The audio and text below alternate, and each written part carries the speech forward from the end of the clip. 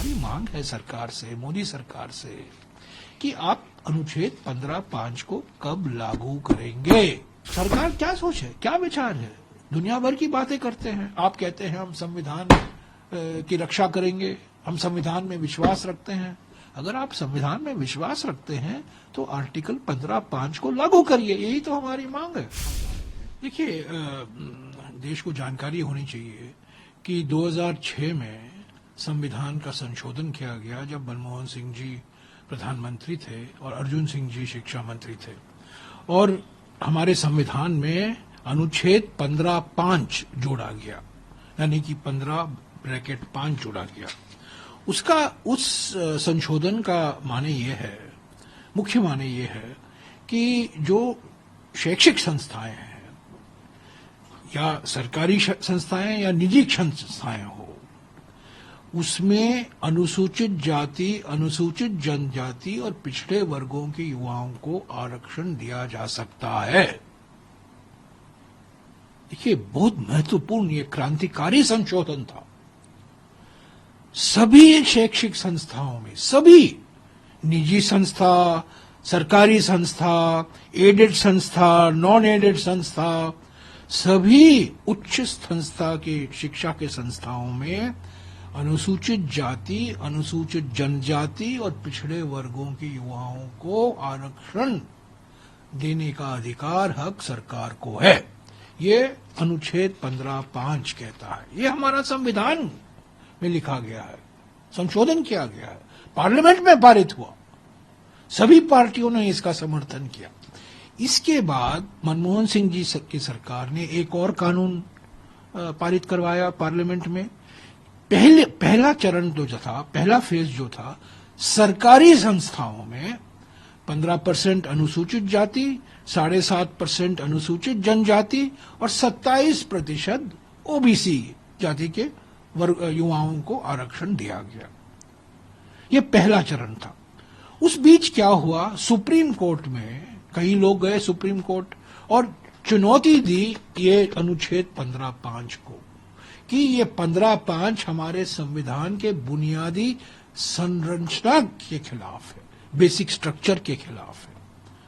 तो हम वो निजी संस्था के लिए जो हम करने वाले थे, पहले चरण में हमने सरकारी शिक्षा संस्थाओं में तो कर दिया, दिल्ली यूनिवर्सिटी, आईआईटी, आईआईएम सब में तो कर दिया।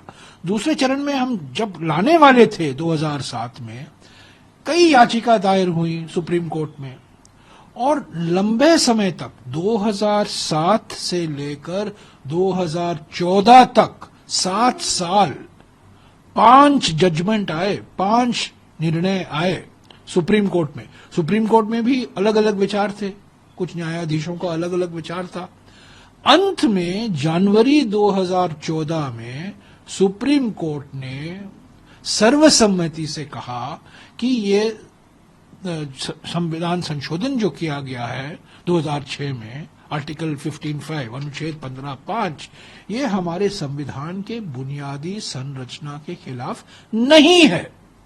इसका माने ये है कि सरकार निजी शिक्षा संस्थाओं में आरक्षण दे सकती है, अनुसूचित जाति, अनुसूचित जनजाति और ओबीसी वर्गों के युवाओं के लिए।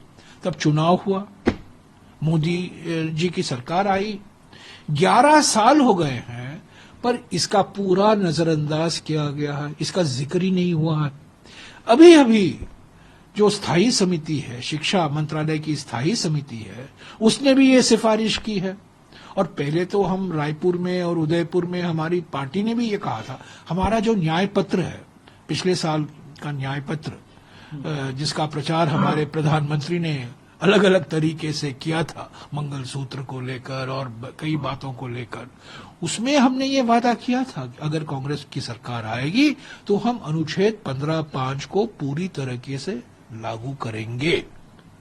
तो आज जो हमने वक्तव्य दिया है, हमने इतिहास दिया है और कहा है कि सुप्रीम कोर्ट के 5 ऐसे मुख्य निर्णय हैं।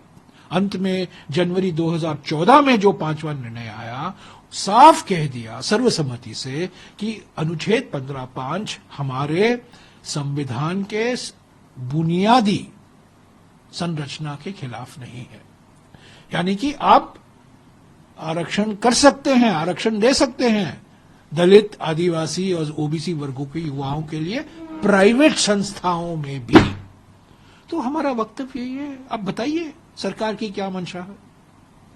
सरकार क्या इस पर कानून लाएगी? लाना तो जरूरी है, क्योंकि सरकारी शैक्षिक संस्थाओं में तो आरक्षण आ गया है, पर निजी क्षेत्र संस्थाओं में जो हमारे संविधान में लिखा है, क्या आप लेंगे? 11 साल हो गए तो आप चुप रहे। सुप्रीम कोर्ट में तो अभी लंबित नहीं है, सुप्रीम कोर्ट ने तो कह दिया है और सर्वसम्मति से कह दिया कि आप ये कर सकते हैं, इसमें कोई गैर संवैधानिक काम नहीं है, ये बुनियादी संरचना के खिलाफ नहीं है।